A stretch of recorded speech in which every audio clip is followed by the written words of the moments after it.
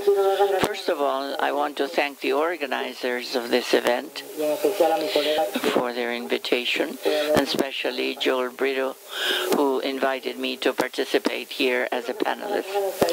I want to go over some statistics. This was going to be presented in a third panel, and it has a little more to do with the subject in the third panel. But since you have been speaking about this and other things that have to do with my work in this country.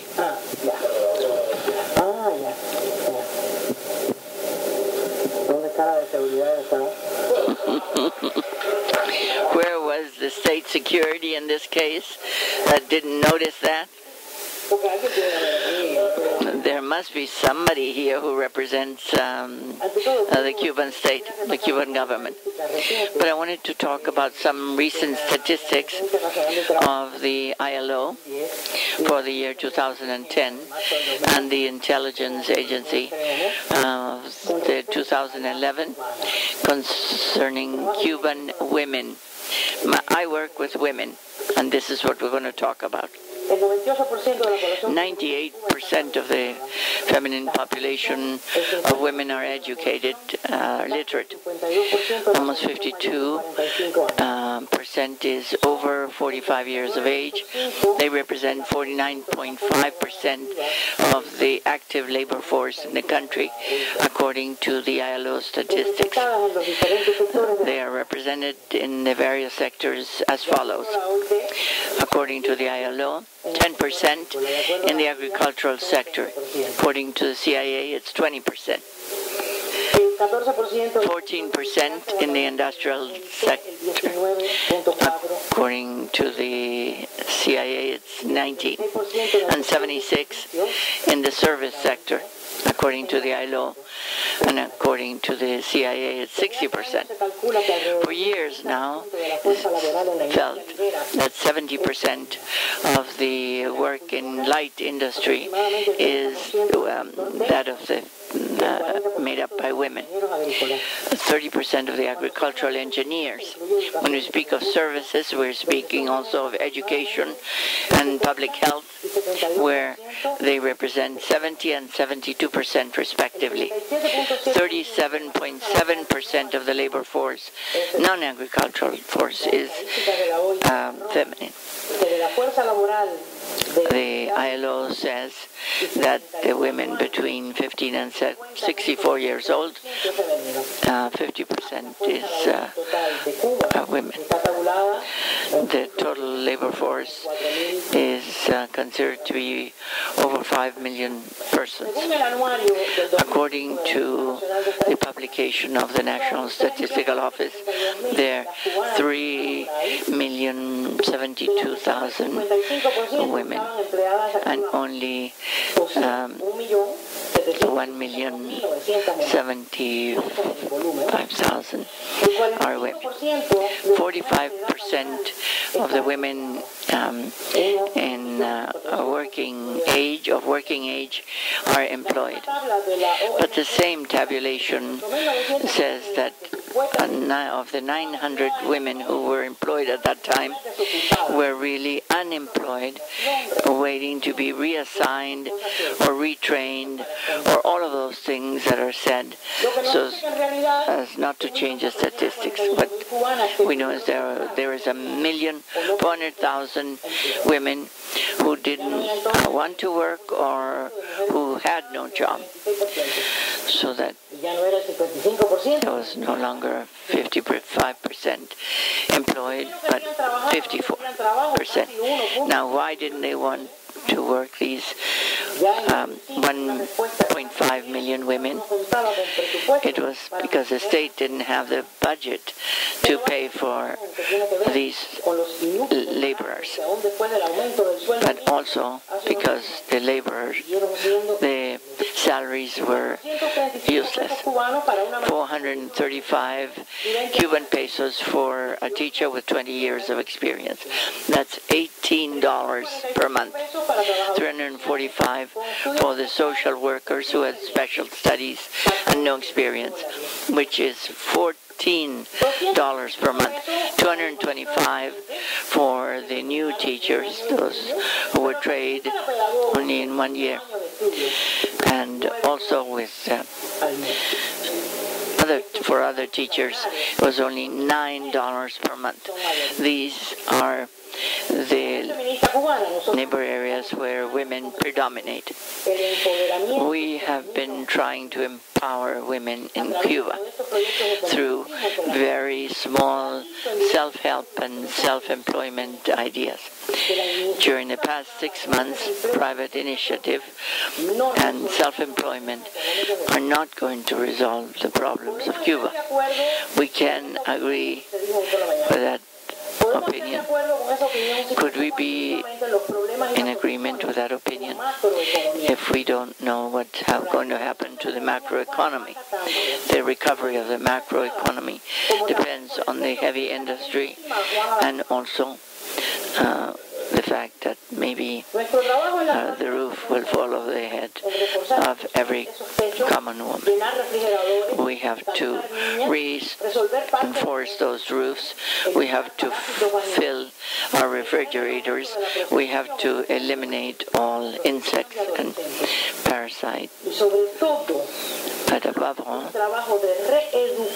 we must re-educate our population and provide some alternative experience to the Cuban women with the new rulers when socialism will be buried, because it will be buried very soon. The nickel industry and oil exploitation. We are lucky to have people or workers concerned of those industries. But women are present in every village and in every part of every city. But we need faith and renewal today, not in 10 years. As we have studied socialism ad nauseam, we see that women have been the most gravely affected because of their lack of employment, and because during this Cuban government, most of the there are many Czech women, many German women who were more than 50% of the unemployed women in that. There has been an increase in prostitution, in the human feminine traffic, and human emigration towards Western Union, towards Western Europe, and has increased. Prostitution represents a big threat, since it is directed to tourism, and it has an alarming consequence of the sexual diseases, an increase of HIV or AIDS. But 20 years ago, in 1991, the year when I met you as you came out of jail, I spoke of this subject in a forum in Madrid. And you say that 20 years is nothing. When Raúl Castro assumed the presidency, there was hope of change, and we were expecting a new day for self-employment, because we said that Raúl Castro knew a little about this. But in 1996, when someone was given a license to fix bicycles by himself, there were people who waited more than 2 years to have a license as hairdressers or for catering.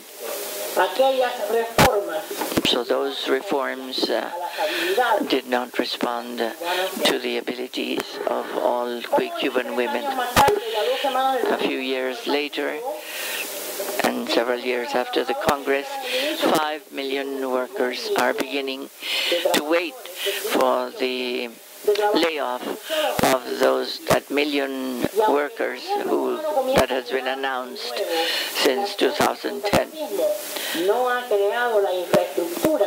Feel that self-employment has not received enough, does not have enough, or there are not enough inputs, there are not enough tools, there's insufficient training and insufficient loans which allow them to have the necessary capital. You can do whatever you can, and you may go to anyone you want to ask for help. Most people are complaining bitterly about this, as it says in many articles and in the YouTube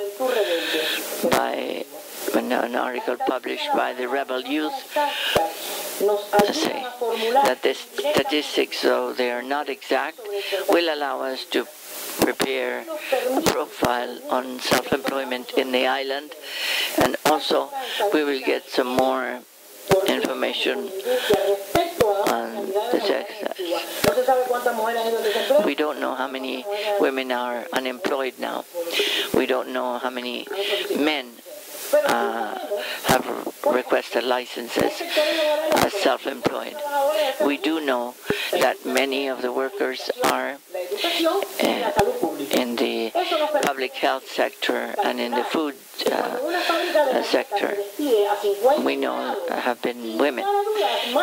Undoubtedly, when they fire, for example, 50 women in catering, you will see that most of them are women.